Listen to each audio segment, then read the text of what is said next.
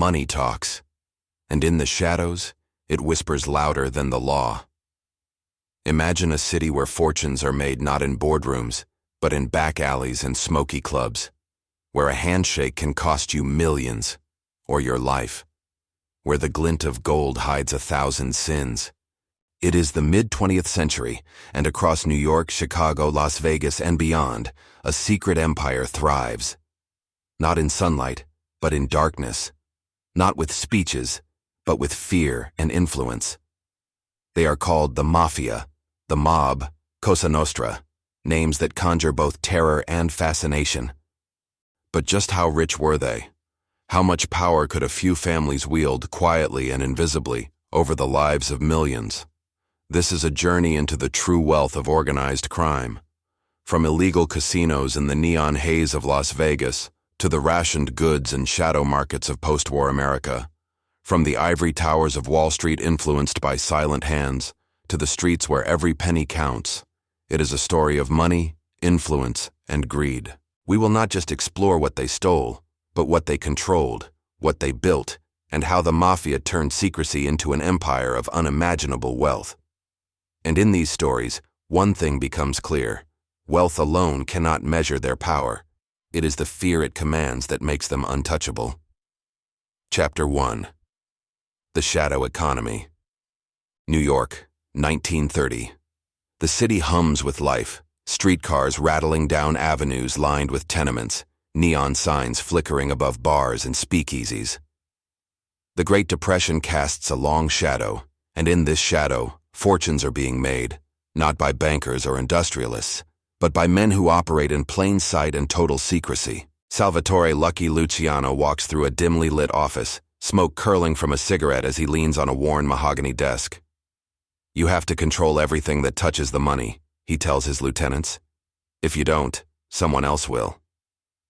And in those words lies the blueprint of a new kind of empire, one that thrives in the gray spaces of legality. The Mafia's wealth begins with a deceptively simple premise. Control the flow of goods, services, and human desires that the law either forbids or fails to regulate. Prohibition, which began in 1920, offered a floodgate of opportunity. Alcohol, now illegal, becomes liquid gold. The streets of New York are lined with hidden stills, underground breweries, and backroom bars that pour liquor at a premium. One man recalls the prices in those days.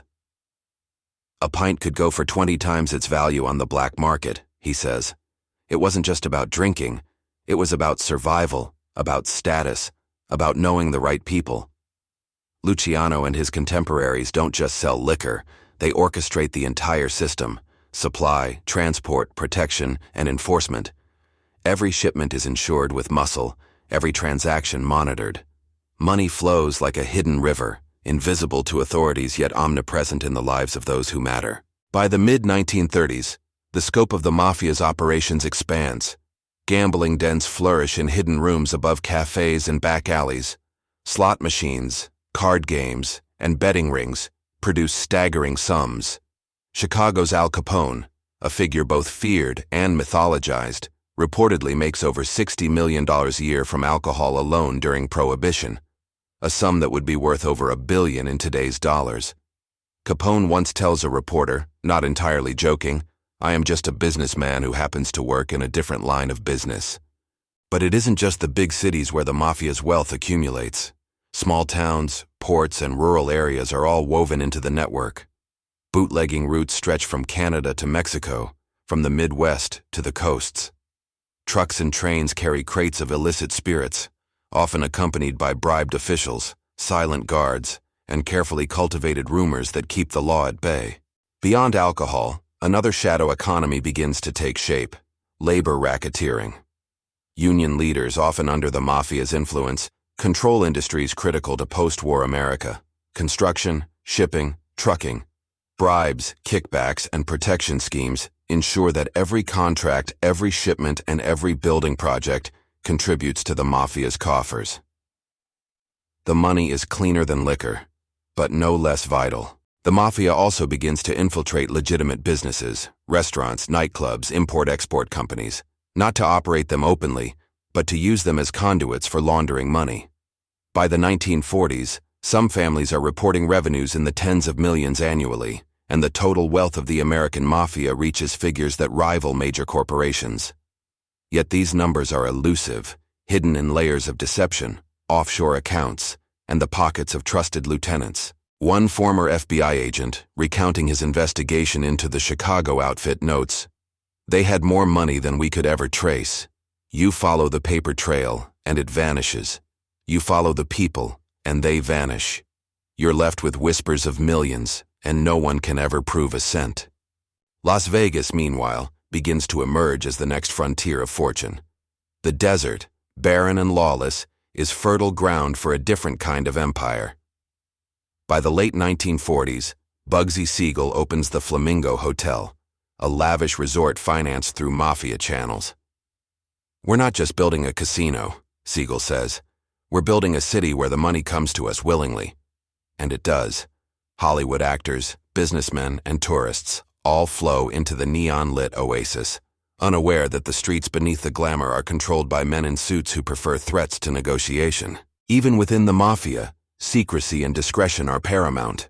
Wealth is never flaunted in public. The flashy cars, expensive clothes, and sprawling homes are carefully curated signals, not ostentation. Luciano, Capone, Siegel, each understands that the true power of their fortune lies not in counting it, but in using it to manipulate, influence, and intimidate. By the time the 1950s arrive, the mafia's shadow economy is a complex, multi-layered machine. Illegal goods, gambling, labor, and legitimate business all intertwine, forming an empire that touches every corner of American life, often without anyone outside the organization realizing it. Millions of dollars circulate daily, quietly funding a lifestyle of power, secrecy, and protection. And yet the true measure of the mafia's wealth is not in the dollars alone. It is in the leverage it holds over governments, businesses, and communities. The ability to make problems disappear, to sway elections, to protect allies and punish enemies. That is the currency that truly matters. Money fuels it, but influence magnifies it.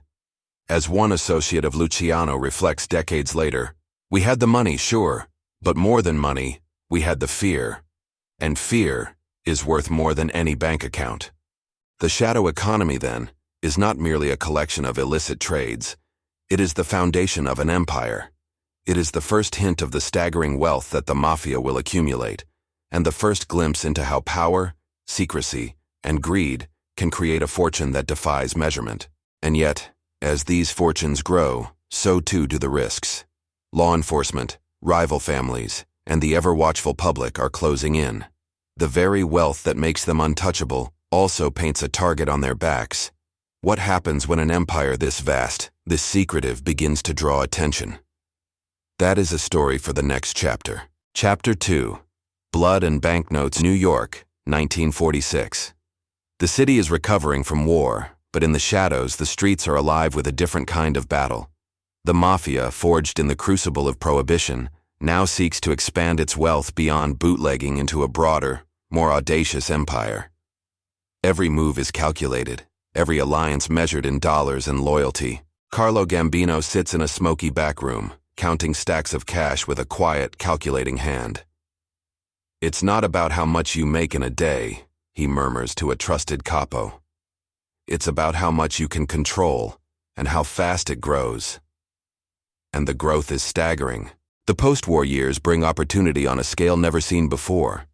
Construction booms, the labor market is in flux, and unions are powerful.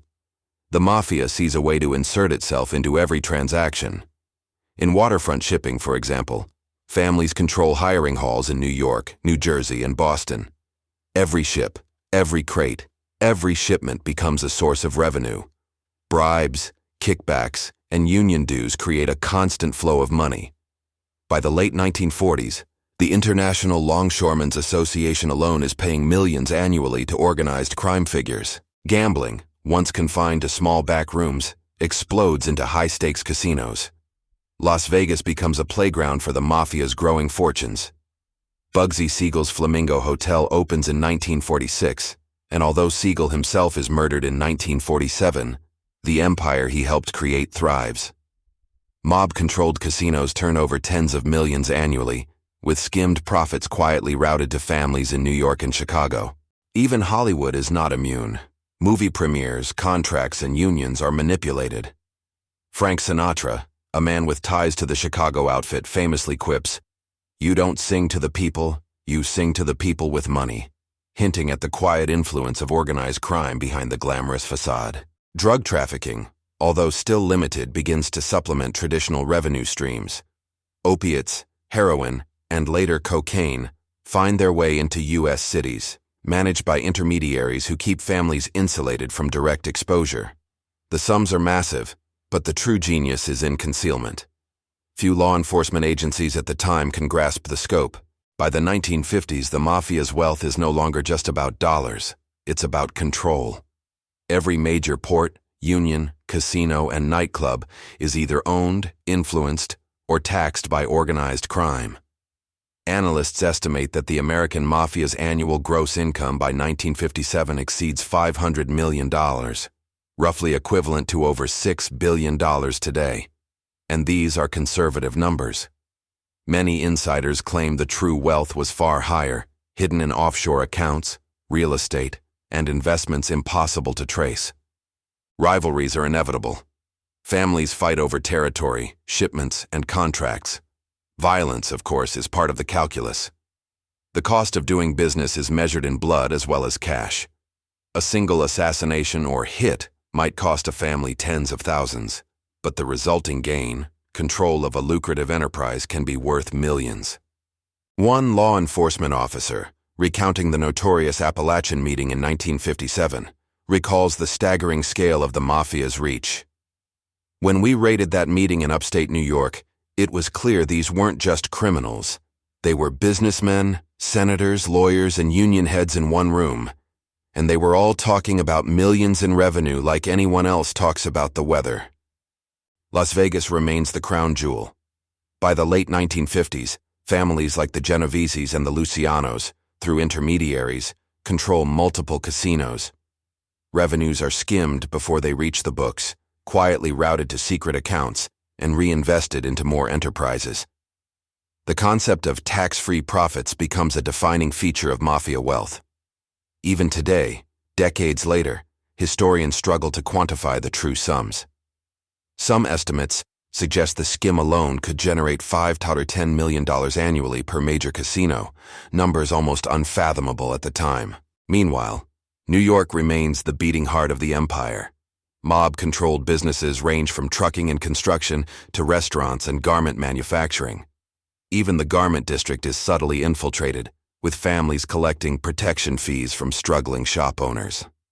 By the end of the 1950s, the combined annual income of the five families, the Bonanno, Colombo, Gambino, Genovese, and Lucchese, is conservatively estimated at $100 million to $150 million in 1957 dollars. Adjusted for inflation, that's well over $1 billion. And yet, for all the money, the mafia operates in whispers. No one knows the true extent, because wealth without secrecy is vulnerability. Accounts are under other names, properties are purchased through layers of front men, and cash flows through complex networks designed to confuse outsiders. This is not reckless wealth. It is calculated, hidden, and protected. The families understand that money is power, but influence is immortality. A single well-placed bribe can secure decades of control over a business or a union. A casino skim can fund a lifetime of political favors. The mafia doesn't just earn money, they leverage it to shape society itself, quietly, invisibly, and with terrifying efficiency. As one former capo regime reflects, "We weren't just rich, we were untouchable because no one could follow the money, and everyone wanted a piece of it." That's how you measure power, not by what you have, but by what everyone else depends on. By the end of the 1950s, the mafia is not merely wealthy, it is omnipresent. Its hand touches every major industry, every illicit trade, and many legitimate businesses. Tens of millions of dollars flow daily through its veins, yet no one outside the organization fully grasps the magnitude. And yet, this wealth comes with a price. Rivals, law enforcement, and even the families themselves create fault lines. For every fortune made, there is a betrayal waiting. For every empire built, there is a threat ready to dismantle it. Blood and banknotes are two sides of the same coin. The next chapter will reveal just how far this empire can reach, and the staggering luxuries and unimaginable sums that those at the top command when money becomes both shield and weapon. Chapter 3.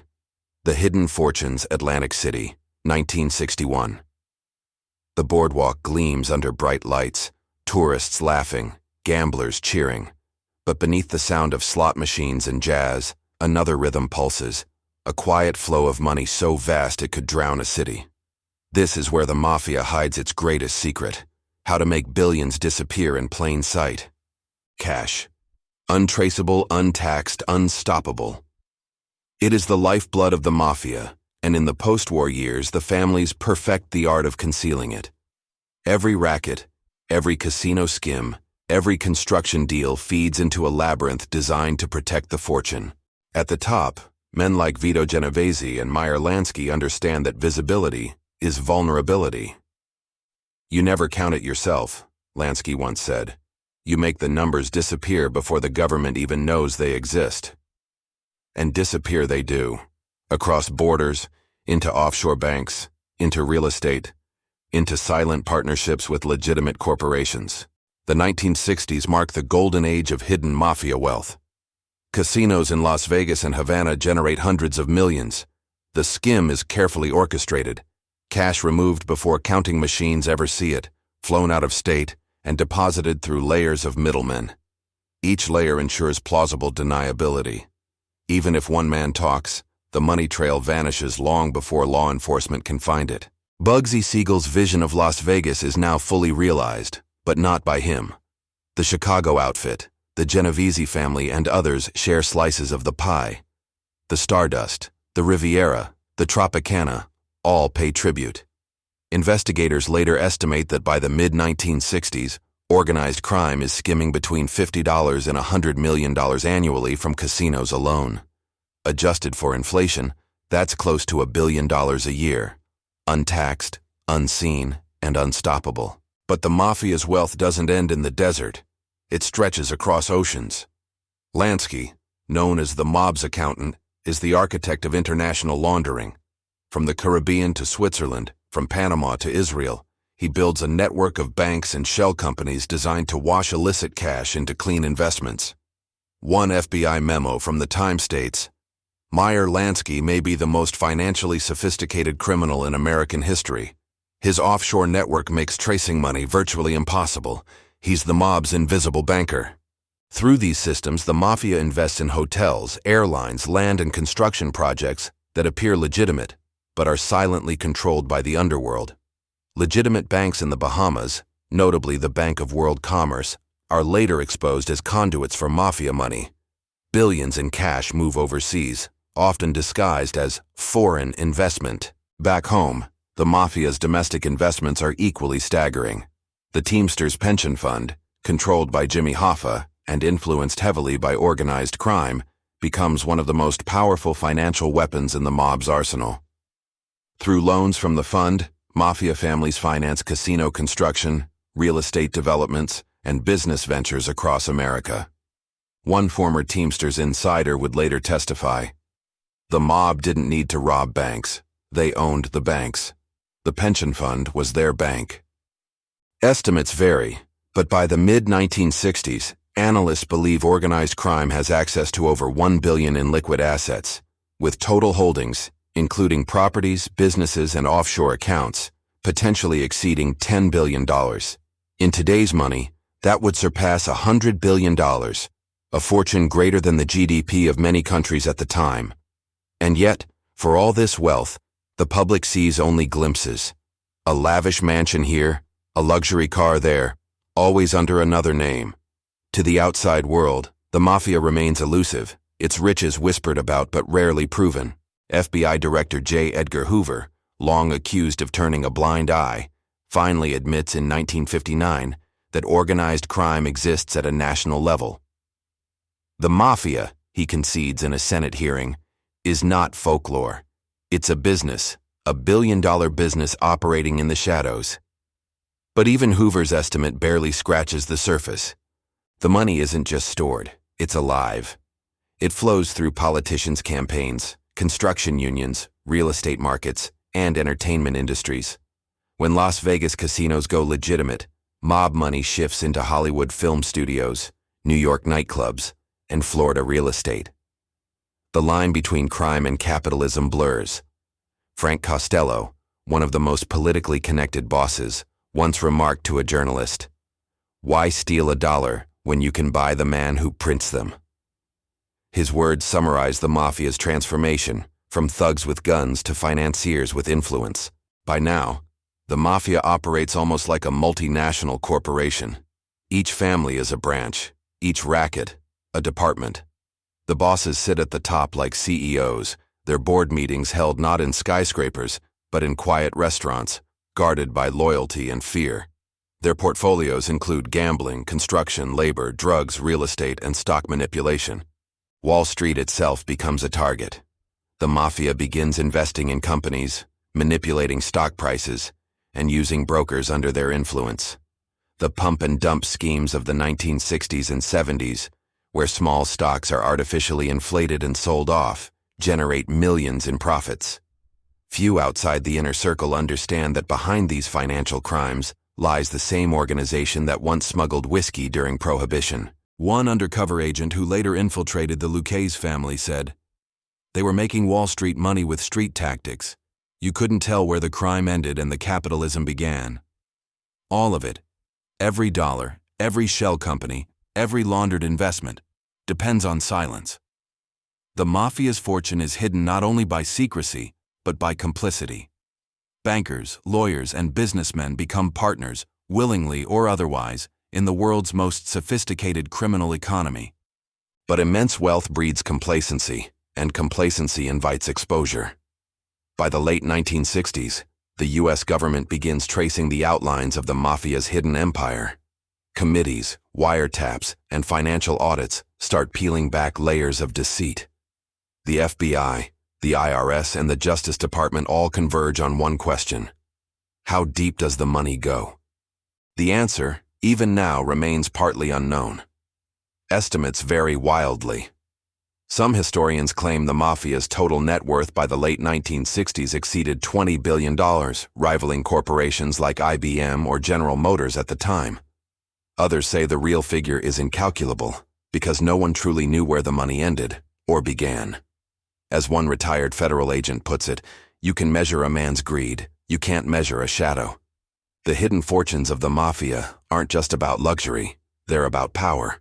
Money buys silence, silence buys survival, and survival for the mafia is the ultimate profit. But as the empire grows, cracks begin to show. New generations rise, old bosses fall, and the greed that once unified them begins to divide them. In the next chapter, the wealth reaches unimaginable heights, but so does the paranoia, because when everyone is rich, trust becomes the rarest currency of all. Chapter 4: The Golden Decade, New York City, 1973. The skyline glitters, the streets pulse with energy, and America is booming. For the mafia, this is the age of gold, the decade when hidden fortunes explode into empires so vast that no one, not even the government, can calculate their reach. The mafia is no longer just a criminal network, it's a parallel economy. 5 families in New York, plus powerful syndicates in Chicago, Detroit, Philadelphia, and Miami, control industries worth billions. Construction, drugs, gambling, and unions, each a pillar in a colossal financial structure invisible to most of the world. This is the decade when the mob is richer than ever before. Every deal, every shipment, every payoff feeds into a roaring river of cash that flows from the streets to the penthouses, from the casinos of Nevada to the skyscrapers of Manhattan. In a smoky midtown restaurant, a young capo slides a stack of envelopes across a table to his boss. Inside each, the week's tribute from gambling parlors, construction contracts, and loan sharking operations. The boss doesn't count, it's beneath him. He nods once, and the envelopes vanish into a waiting briefcase. "Money," he says quietly, "isn't what we make. It's what we move. And move it they do, by the truckload." The 1970s are the age of diversification. Illegal gambling continues to pour millions into the mafia's pockets, but the real explosion comes from drugs. Heroin, flowing from the infamous French Connection, becomes the new gold rush. The pipeline stretches from Turkey to Marseille, from Sicily to the streets of New York. The profits are staggering. A federal estimate from 1971 claims that organized crime is making up to $60 billion a year in gross income from all rackets combined. Gambling, narcotics, loan sharking, construction, trucking, labor racketeering, and extortion. That number, adjusted for inflation, exceeds $400 billion today, comparable to the annual revenue of entire nations. A former DEA agent would later remark, "We weren't fighting criminals. We were fighting a corporation that printed its own money." Drug profits, though immense, are only one layer. The mafia's domination of the construction and sanitation industries in New York alone produces fortunes. The so-called Concrete Club, an alliance of the five families, ensures that every major building project in Manhattan pays tribute. From skyscrapers to airports, every contract comes at a price. A 10% tax, quietly added to every deal. One construction magnate later confesses, "You didn't deal with the mob because you wanted to. You dealt with them because you had to. They were in every union, every contract, every truck. If you wanted to build in New York, you paid." In return, the mafia guarantees labor peace. No strikes, no slowdowns, no trouble. To the average citizen, the city seems to run smoothly. Few realize that beneath every cement pour, every beam raised, lies an invisible tax paid in silence. Loan sharking also reaches new heights. With interest rates often exceeding 50%, families rake in millions from desperate businessmen and gamblers. The loans are untraceable, the enforcement brutal, and when debtors can't pay, the mob takes ownership of bars, restaurants, cab companies, and construction firms, expanding their legitimate fronts even further. The Teamsters Pension Fund continues to serve as the mafia's personal bank. Through carefully approved loans, millions are funneled into casinos, hotels, and real estate developments from Las Vegas to Miami. In return, bosses provide political donations and protection to the labor leaders who keep the money flowing. Jimmy Hoffa, the Teamsters' infamous president, allegedly quipped to an associate, "You can't beat them, so you join them. And if you join them, you'd better make sure they're happy." Wall Street, too, becomes an invisible battlefield. Stock manipulation schemes generate enormous profits. Mob-connected brokers inflate stock prices, dump shares, and walk away rich while investors lose everything. The money, cleaned through a web of front companies and shell corporations, returns to mob coffers disguised as market gains. Federal investigators, struggling to keep pace, begin to realize the scale of what they're facing. "We found evidence of mob money in nearly every major financial center," one 1970s Senate investigator recalls. Banks, casinos, construction, trucking, you name it. It wasn't about one city anymore. It was national. It was corporate. At the top of this pyramid sits a small circle of bosses who live lives of understated luxury. Carlo Gambino, understated and quiet, controls an empire worth hundreds of millions. Anthony "Fat Tony" Salerno of the Genovese family invests in real estate worth tens of millions more. Paul Castellano, nicknamed the Howard Hughes of the mob, runs his operations from a Staten Island mansion, studying balance sheets like a CEO. Their wealth is staggering. By conservative estimates, the Gambino family alone earns over $500 million a year in the late 1970s, equal to $2.5 billion today. Combined, the five families' total income exceeds $10 billion annually, much of it untaxed and untraceable. Add the national syndicates in Chicago, Detroit, and elsewhere, and the figure soars. In truth, the mafia at its peak may have commanded $50 to $70 billion a year in revenue, roughly 2% of the entire U.S. economy at the time. And yet, even at this height, the mafia maintains its illusion of invisibility. Bosses appear as businessmen, front companies flourish, politicians accept campaign donations. The system runs like a well-oiled machine powered by fear and loyalty.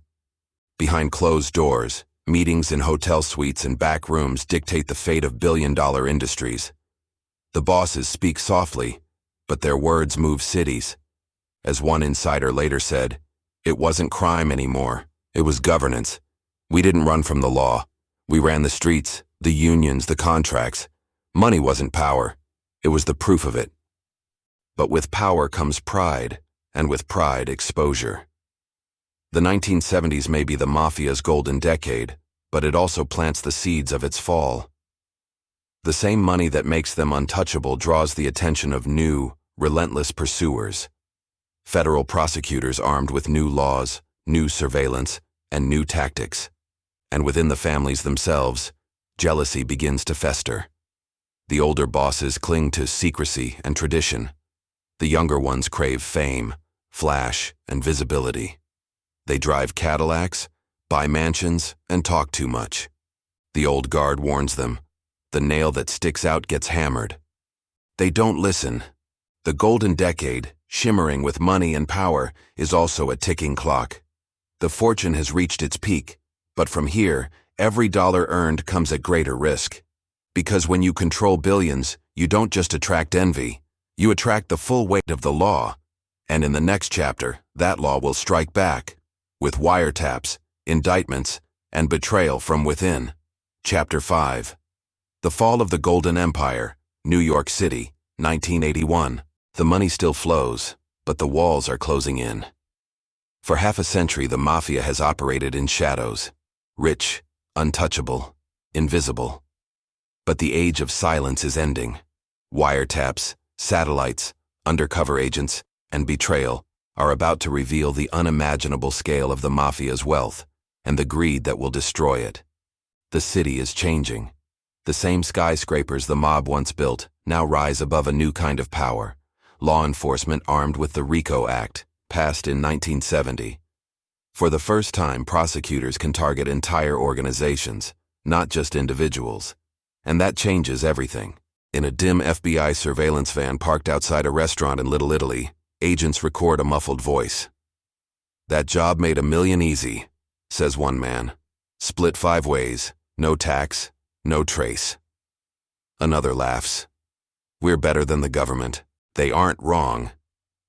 At the dawn of the 1980s, the Mafia's combined income across the United States still exceeds $60 billion a year, rivaling Fortune 500 corporations. The Gambinos, Genoveses, Colombos, Lucchese's, and Bonanos continue to dominate New York. The Chicago outfit runs the Midwest. The Detroit Partnership, Philadelphia family, and the Trafficante clan in Florida expand south. The American Mafia is a national syndicate woven into the fabric of business, politics, and finance. But cracks are forming in the foundation. Greed breeds arrogance. Younger mobsters flaunt their wealth, buy expensive cars, and frequent celebrity hotspots. They want to be seen. The old guard, men like Carlo Gambino and Meyer Lansky, would have been horrified. For decades, secrecy was survival. Now, gold watches and loud mouths attract headlines. In 1983, New York detective Joe Coffey remarks, "They used to hide in the shadows. Now they're walking into nightclubs like movie stars." Law enforcement takes notice. FBI Director William Webster launches a nationwide crackdown. Federal agents tap phones, bug cars, and infiltrate social clubs once thought untouchable. For the first time, the government isn't chasing gangsters, it's auditing them. The results are staggering. In 1984, Operation Donnie Brasco reveals that the Bonanno family alone is making tens of millions through racketeering, extortion, and loan sharking. Undercover agent Joe Pistone, posing as Donnie Brasco, spends 6 years inside the Mafia. What he hears shocks even the FBI. "They were living like kings," Pistone recalls later. "Every restaurant paid, every bar paid, every truck paid. Money came in faster than they could count it." By the mid-1980s, investigators discover that the Mafia controls more than half of the construction in New York City. A single high-rise could generate hundreds of thousands in kickbacks and taxes. Even the rebuilding of the World Trade Center is touched by mob-controlled unions. Casinos in Las Vegas, once cash cows for the Midwest syndicates, become federal targets. The FBI, using casino audits and informants, uncovers massive skimming operations. In 1986, Frank Rosenthal, real-life inspiration for the film Casino, admits under questioning that cash was always missing.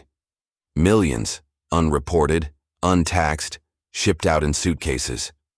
A Senate subcommittee later estimates that between the 1950s and 1980s, the Mafia may have skimmed over $2 billion from Las Vegas casinos alone. But the deadliest blow doesn't come from outside, it comes from within. Under pressure, once loyal soldiers turn informants. The code of silence, omerta, begins to crack. The first domino falls with Joseph Valachi in 1963, but by the 1980s, defectors like Sammy the Bull Gravano, Tommaso Buscetta, and Henry Hill bring entire empires down from the inside. Buscetta's testimony during the Pizza Connection trials exposes the global heroin trade run by Sicilian and American Mafia families. The profits? Over $1.6 billion from drugs smuggled through pizza parlors and small businesses across the U.S. Sammy Gravano's later confessions reveal that the Gambino family alone grossed hundreds of millions a year through construction, loan sharking, and gambling. "We had more money than we could ever spend," he says. And it wasn't just us, it was everyone. It was an empire. Federal prosecutors seize homes, cars, and businesses. They find hidden safes with stacks of $100 bills, gold bars, bearer bonds, and offshore account numbers. One investigator recalls, "It was like raiding a small country's treasury." By 1985, the so-called commission case targets the ruling bosses of New York's 5 families. Using wiretaps and testimony, prosecutors expose decades of financial dealings. Bosses like Anthony "Fat Tony" Salerno and Paul Castellano are accused of running billion-dollar rackets. When asked how much money the Mafia truly controlled, prosecutor Rudy Giuliani famously replied, "Enough to buy the city twice over." But wealth cannot protect them forever. Castellano is gunned down in 1985 outside Sparks Steakhouse, his expensive suit soaked in blood. The hit, ordered by John Gotti, marks the end of an era. The old ways die with the old bosses. Gotti, dubbed the Dapper Don, becomes the new face of the Mafia, flashy, outspoken, and media-savvy. He wears $1,000 suits and smiles for cameras outside courtrooms. But fame is a curse. Within years, the FBI builds an airtight case. Hidden microphones in his social club record every detail of his empire. In 1992, Gotti is convicted of murder, racketeering, and conspiracy. His net worth, once estimated in the tens of millions, is seized. By then, the Mafia's golden empire is crumbling. Law enforcement dismantles the financial networks that once protected them. Offshore accounts are exposed, casinos sold, and political connections severed. In 1987, the Justice Department releases a report estimating that organized crime's annual revenue has fallen from $60 billion to $20 billion in less than a decade. Still massive, but a shadow of its former glory. The fall is as dramatic as the rise. The same money that built the empire now funds its destruction. Informants paid, investigations financed, witnesses protected. Greed has devoured loyalty. One retired FBI agent summarizes it simply, "They got too rich to stay quiet." By the 1990s, the once feared Mafia is fractured. The wealth remains, scattered across generations and investments, but the days of unchecked power are gone. The empire that once rivaled nations is reduced to stories, legends, and ghostly fortunes still buried in banks and businesses worldwide. But one question remains. Where did all the money go? The next chapter will uncover the modern legacy of that fortune, the billions laundered into real estate, entertainment, politics, and global finance. Because though the families have fallen, their money never truly disappeared. It simply changed names. Chapter 6. The Money That Never Died. The Mafia may have fallen, but its money never did. After the arrests, the headlines, the televised trials, after the bosses were gone and the crews scattered, something survived. Quietly, invisibly. Billions of dollars, laundered so deeply into the veins of legitimate business that even the FBI couldn't trace it all. The golden age of cash envelopes and suitcases stuffed with bills was ending. The new mob learned to hide its wealth in plain sight, not in backroom poker games or brownstone basements, but in corporate portfolios, real estate, and international banking. A financial transformation begins. In Miami, luxury condos rise along the waterfront, funded by shell companies with Italian surnames and no visible owners. In Las Vegas, casino profits flow through holding firms and investment partnerships, their paperwork cleaner than the floors of the casino itself. In Manhattan, skyscrapers change hands through offshore trusts. Federal agent William Romer once warned, "You can kill a mob boss, but you can't kill his money. It mutates." And mutate it did. Take Meyer Lansky, the mob's financial architect. Before his death in 1983, he'd moved vast fortunes through Swiss banks, Caribbean holding companies, and Panamanian corporations. Investigators estimated his hidden wealth between $300 million and $400 million, but not a dollar was ever proven. When asked about his fortune, Lansky smirked and said, "I'm a retired grocer." Lansky's blueprint became gospel. The Mafia learned to launder not just drug and gambling money, but entire empires, trucking firms, construction companies, waste management. Each served two purposes: profit and protection. By the 1990s, the mob's fingerprints stretched from the Bronx to Wall Street. In one New York case, the Lucchese family secretly owned a garment business that supplied high-end designers. They used it to move millions through legitimate invoices. FBI documents later revealed that the business reported more than $50 million in sales, most of it fabricated. In Chicago, the outfit's old gambling money found new life in real estate. Properties bought for pennies in the 1960s were suddenly worth millions as the city grew. Quietly, the mob became landlords, developers, and financiers. The men who once shook down unions now collected rent checks. An agent from the Chicago Crime Commission later remarked, "They went from loan sharks to landlords, from protection rackets to portfolios." Even the music and film industries weren't untouched.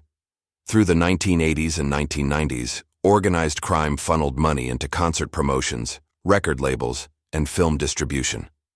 The reason was simple: fast profits, flexible accounting, and global reach. One undercover agent reported that a mob associate bragged, "Hollywood's better than heroin, same money, less prison." The banking world too opened its doors. Offshore accounts in the Cayman Islands, the Bahamas, and Liechtenstein became new hiding places. Paper trails ended in jurisdictions that refused to cooperate with U.S. investigators. In 1991, a Senate investigation into organized crime laundering concluded that over $200 billion in criminal proceeds had passed through offshore banks worldwide since the 1970s. Not all of it mafia money, but a great deal was. And not all the laundering was offshore. In New York and New Jersey, small local banks became conduits for cash deposits structured just below reporting limits. Supermarkets, restaurants, and vending routes, all cash-heavy businesses, were ideal for cycling dirty money into clean accounts. The genius of it all was invisibility.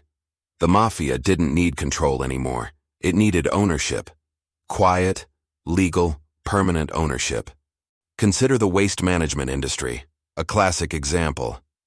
By 1995, federal prosecutors estimated that over 60% of garbage collection in the New York metropolitan area was still influenced by mob-connected companies. Bids were rigged, routes controlled, and profits hidden in legitimate ledgers. It wasn't glamorous, but it was safe and profitable. One FBI financial analyst said, "You can follow the bodies or you can follow the trash. The trash always leads to money." Meanwhile, the Sicilian Mafia, the Cosa Nostra's European counterpart, was doing the same thing on a grander scale. Their heroin profits from the 1980s poured into construction and banking in Palermo, Milan, and Rome. Italian prosecutors later uncovered over $1 billion in mafia-linked real estate holdings in northern Italy alone. Money knows no borders. And the global economy of the 1990s gave the mob more tools than ever. Credit cards, electronic transfers, and shell corporations created a digital smokescreen that old-school detectives could barely comprehend. As one former U.S. Treasury agent explained, the mafia didn't disappear.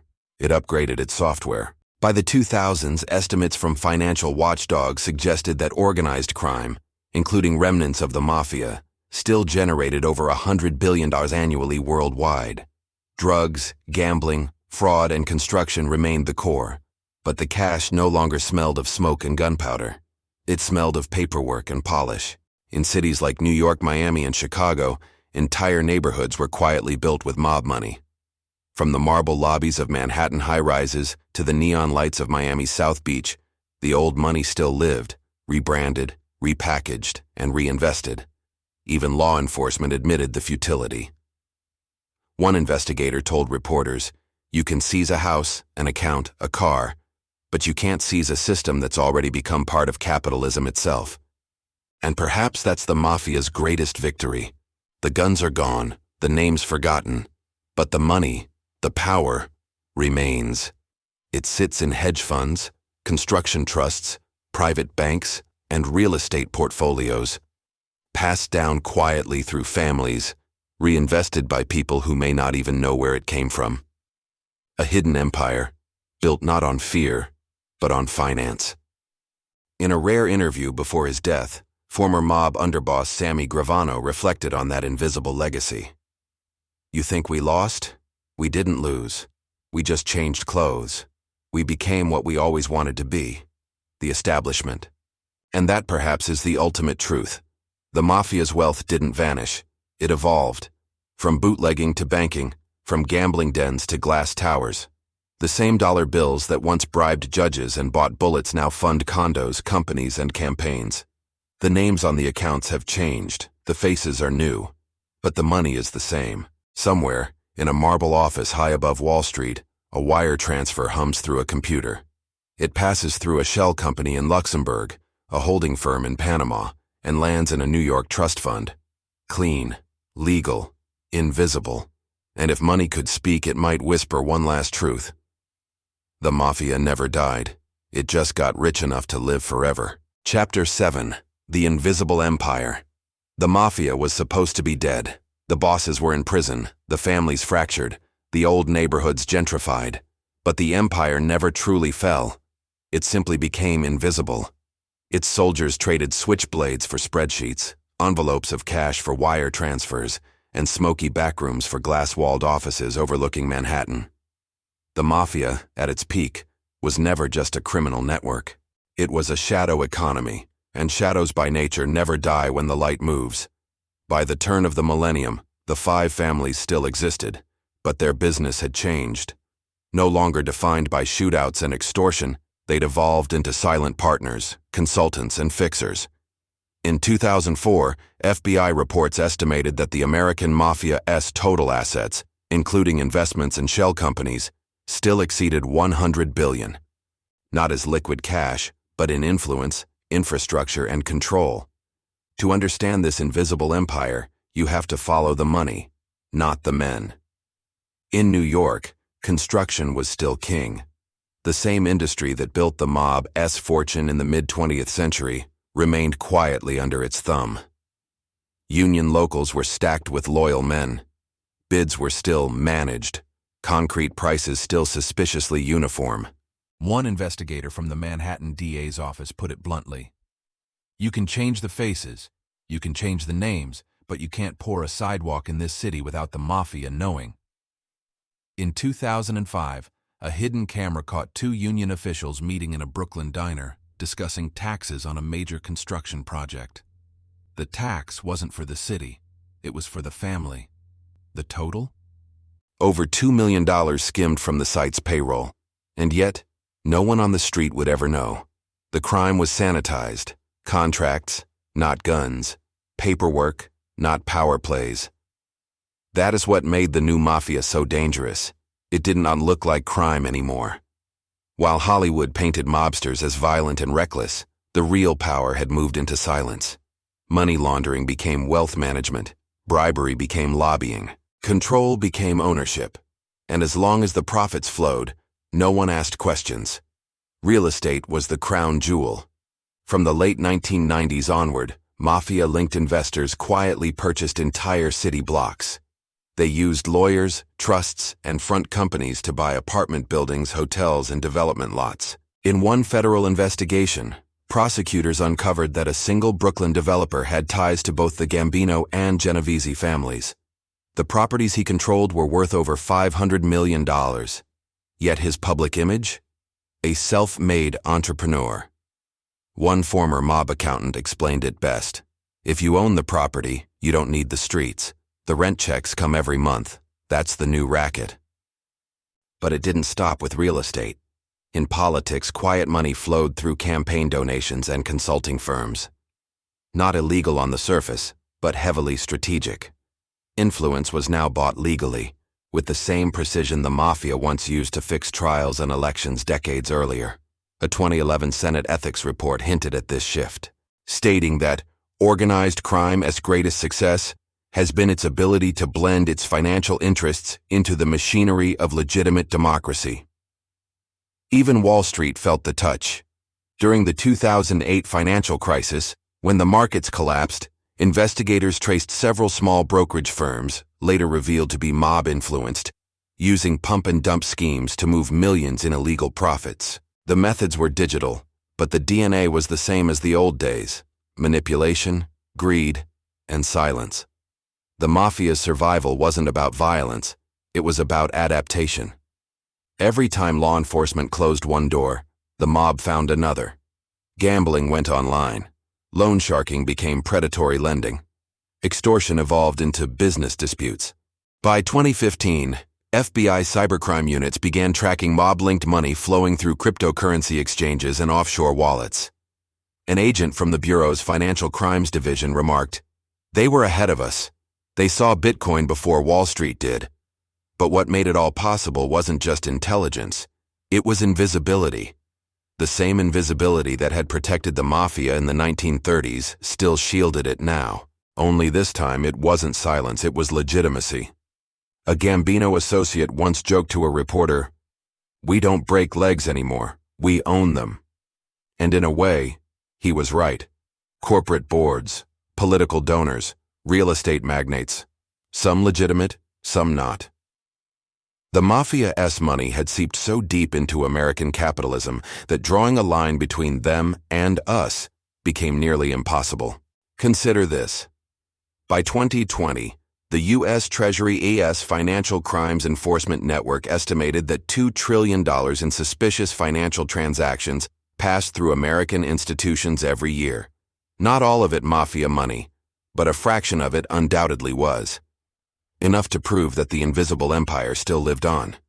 In Italy, the story was the same. The Sicilian and Calabrian syndicates had turned into multinational corporations. They bought wind farms, supermarkets, and shipping companies. A 2014 report by the European Union found that the Italian Mafia's combined annual revenue had surpassed $150 billion, more than the GDP of Hungary.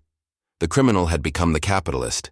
One anti-mafia prosecutor in Rome said grimly, "They no longer need to shoot. They own." And perhaps that's the ultimate irony. The same men who once hid in back alleys now operate from skyscrapers. The same fortune that once funded wars between families now funds portfolios across continents. No more nicknames, no more boss of bosses. Just CEOs, consultants, and investors. But traces remain. Hidden beneath luxury developments are old construction contracts with mob-linked companies. Behind family-owned trucking firms are generations who once worked for capos. The blood money is now heritage wealth, cleaned, inherited, and invisible. A retired FBI agent summed it up best. "We won the war against the mafia, but their money won the peace."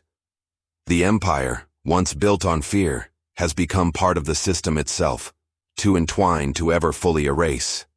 And so the invisible empire endures. Its borders are the markets. Its soldiers are accountants. Its weapons are contracts and signatures. No gunfire, no headlines, just quiet power and endless profit. Because in the end, money never dies.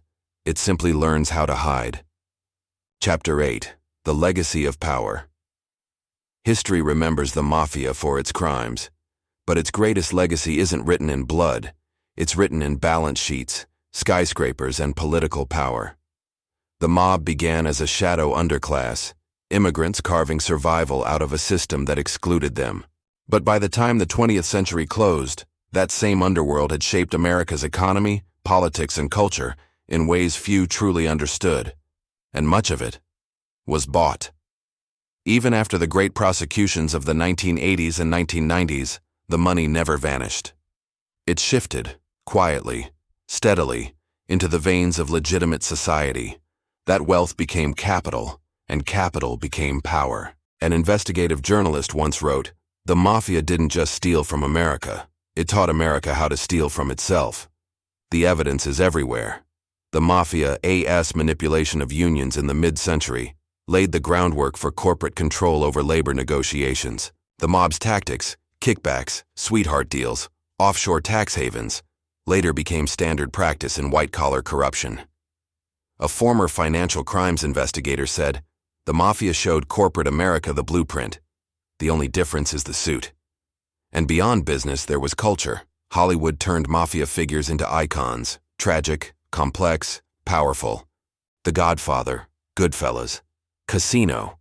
These films mythologized the criminal, transforming gangsters into symbols of ambition and defiance. The world watched men commit atrocities and called it honor.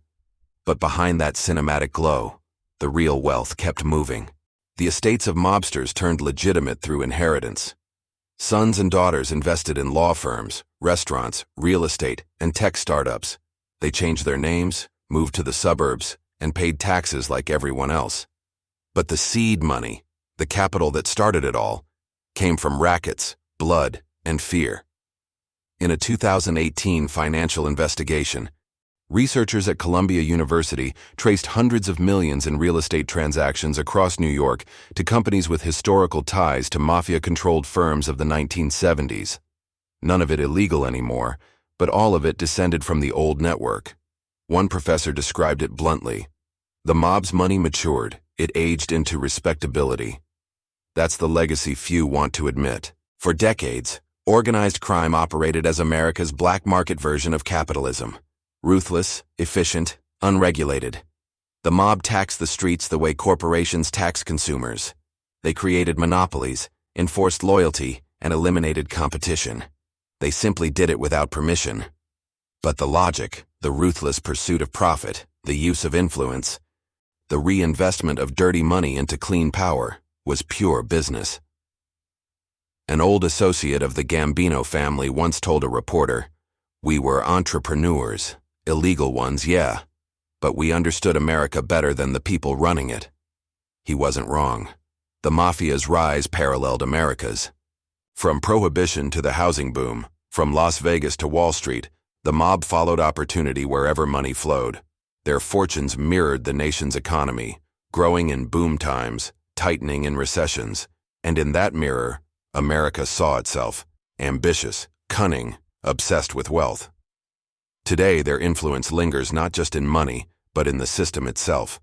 The political favors, the lobbying deals, the insider contracts, all echo the same structure the mob once used. Control the unions, control the bids, control the votes. A retired U.S. prosecutor reflected, "We thought we were fighting organized crime, but what we were really fighting was organized capitalism." And in the end, maybe that's what the mafia was. Capitalism stripped of its mask. A raw, unfiltered version of the American dream, pursued by men with no patience for laws standing in the way. From bootlegging to billion-dollar real estate, from gambling parlors to global finance, the mafia's wealth didn't just survive. It evolved into the DNA of modern commerce. The same principle that once built their empire, money as power, now rules the legitimate world. Even the phrase money laundering is no longer confined to gangsters. Corporations do it, politicians do it, nations do it. And that, as the legacy of the mafia's wealth, it taught the world that power isn't T-earned, it's bought, hidden, and multiplied. A Sicilian magistrate once described it in haunting terms. "They showed us that corruption doesn't need violence, it only needs silence." And silence has always been the mafia's most profitable investment. Still, not all of that wealth was buried in offshore accounts. Some of it built communities, schools, and neighborhoods. Ironically, the same money that destroyed lives also paved roads, sponsored charities, and created legitimate jobs. It's the duality that defines the mob's history, evil and enterprise, side by side. In the words of a historian at NYU, you can't separate the mafia's fortune from America's fortune. They grew together. By the 2020s, organized crime is no longer the face of the mafia we remember. There are no more godfathers, no more violent headlines. What remains is the quiet shadow of influence, less visible, more powerful, and endlessly wealthy. That shadow stretches far beyond the five families. It lives in the structure of offshore banking, in the blurred lines between business and politics, in the way wealth moves unseen across borders. That is the mafia's true monument. Not a bullet, not a grave, but a system that rewards power, conceals corruption, and worships money. The empire that began in the tenements of Little Italy now lives in boardrooms, portfolios, and campaign donations. And in a quiet sense, the mafia achieved what it always wanted: immortality. Their names may be gone, but their lesson remains: that in the modern world, crime doesn't vanish. It simply learns how to invest. Chapter 9. The Hidden Billionaires. The newspapers stopped writing about them decades ago. The trials ended. The mugshots faded into yellowed archives. But the money, the real money, never stopped moving. Today, it's hidden behind trust funds, shell corporations, and generational wealth. The men who once ruled the underworld are gone, but their descendants, they still live in penthouses, own companies, and sit quietly on boards of directors. They are the inheritors of a fortune born from vice and refined through legitimacy. The world knows them not as gangsters, but as billionaires. It begins with silence. When the government seized assets from bosses in the 1980s and 90s, they only touched what was visible: cars, mansions, cash. But hidden beneath the surface were layers of offshore trusts and untraceable investments. According to declassified treasury reports, less than 10% of total mafia wealth was ever confiscated. The rest simply disappeared into the global banking system. An FBI accountant who worked financial crimes in New York once said, "We could lock them up, but we could never lock up their money." That money found new homes. In the late 1990s, the children and grandchildren of powerful figures began reinvesting through legitimate businesses. Some became developers. Others owned restaurants, construction firms, or shipping companies. All perfectly legal, except for their origins. In Brooklyn, one real estate magnate quietly built an empire of apartment buildings worth hundreds of millions. Few knew that his first seed investment came from a company once tied to the Genovese family's construction rackets in the 1970s. In New Jersey, a logistics firm now serving major corporations was founded by relatives of a known Gambino associate. The company's books are clean. The family name has changed. But the foundation, the money that built it, dates back to loan sharking profits from 50 years ago. A former federal prosecutor called it the great laundering of the American century. By the early 2000s, the mafia's fortune had blended seamlessly into the upper tiers of the economy. The line between mob money and old money was gone. Financial investigators struggled to tell the difference between generational wealth built by crime and that built by capitalism. One retired IRS agent explained it this way: "By the third generation, nobody remembers where it came from. They just remember they're rich." And he was right. The children of capos went to Ivy League schools. They hired lawyers and accountants, started companies, and donated to charities. The family crests that once hung in social clubs now adorn corporate letterheads. The mob had always dreamed of respectability. Now it had achieved it.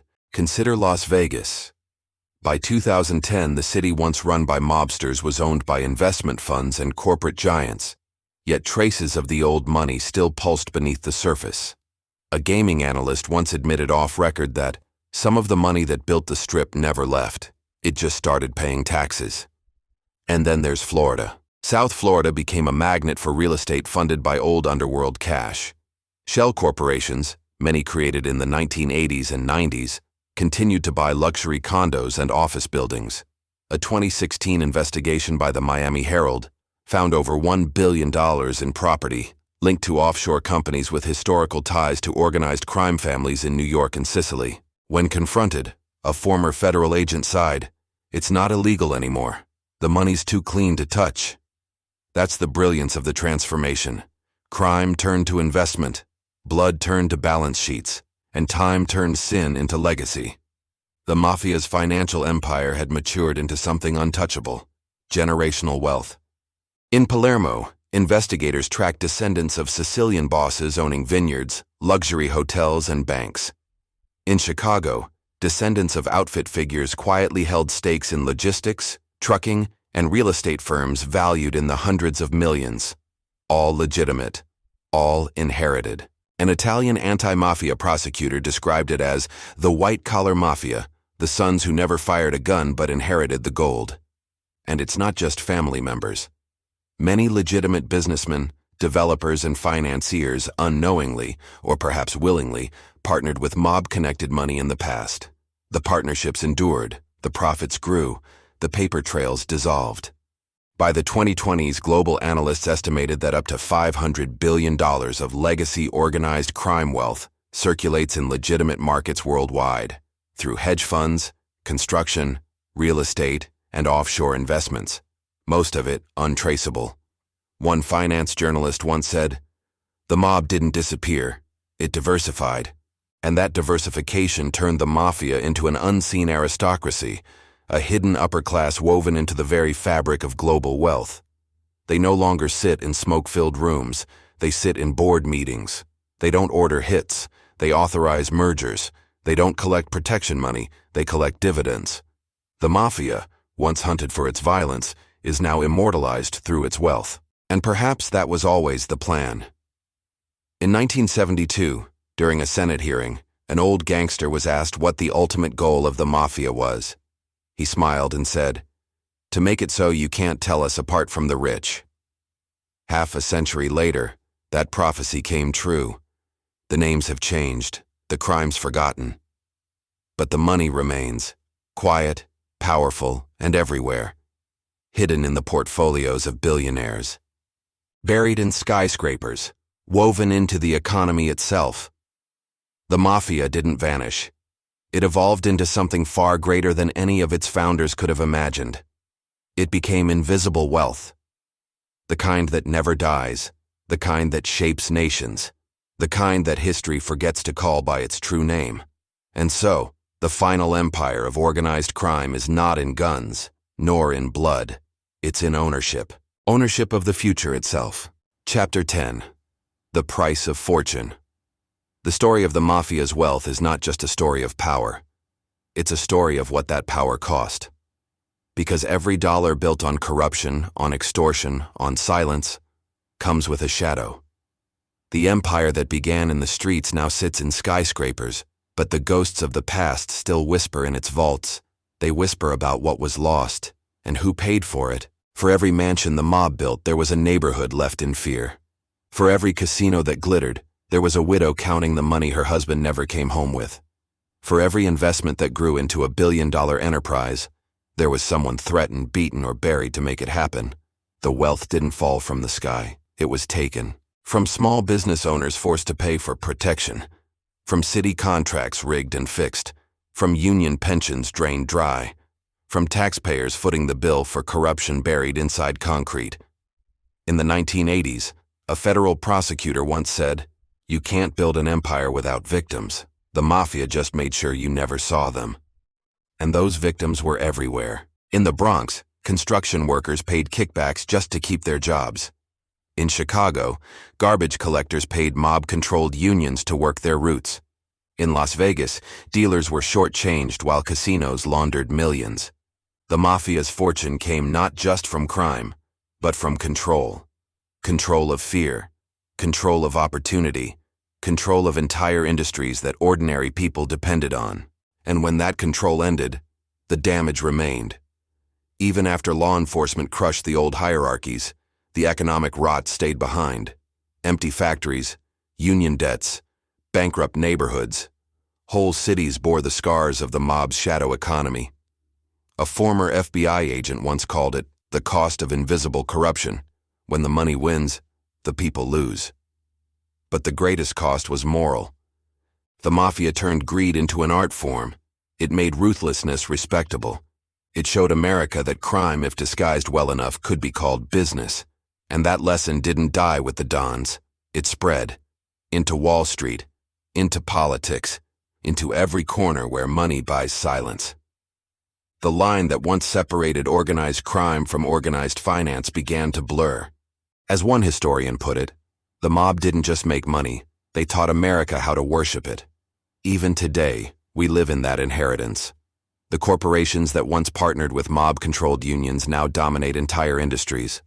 The real estate once built on laundered cash is now home to billion-dollar investment trusts. And the financial systems that let mafia money flow freely still exist, only more sophisticated. The mafia's true victory wasn't survival. It was assimilation. It became the mirror America didn't want to look into. The nation built on law and liberty found itself quietly profiting from the same forces it condemned. And the rich, some descended from gangsters, some not, continued to thrive in a world the mafia helped design, where power hides behind paperwork and justice bends to those who can afford it. One former mobster, long retired, summed it up in a rare interview before his death. He said softly, "We lost the streets, but we won the system. That's the real hustle." And in that sentence lies the truth. The mafia was never about violence alone. It was about permanence. It was about creating wealth that would outlive its crimes. And in that, it succeeded. Today, when you walk through the streets of New York, Chicago, or Las Vegas, you don't see the mobsters anymore, but you walk through their legacy. You see their money in the buildings, their systems in the contracts, their influence in the way power still moves quietly behind closed doors. A sociologist once called it the soft corruption of history, the way the past hides itself so elegantly inside the present. That is the price of fortune, not the money lost or the blood spilled, but the truth forgotten.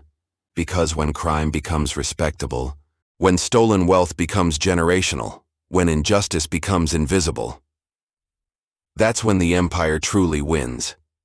The mafia's story ends not in prison or on the street. It ends in penthouses and boardrooms. It ends in silence. The kind of silence that comes when the winners write the rules. And maybe that's the final lesson. That money, when powerful enough, no longer needs a gun. It needs only memory and time. The mafia didn't just chase wealth, it redefined it, turned it from survival into dynasty, from crime into legacy. But every fortune has its cost, and somewhere in the long shadows of history, America is still paying it.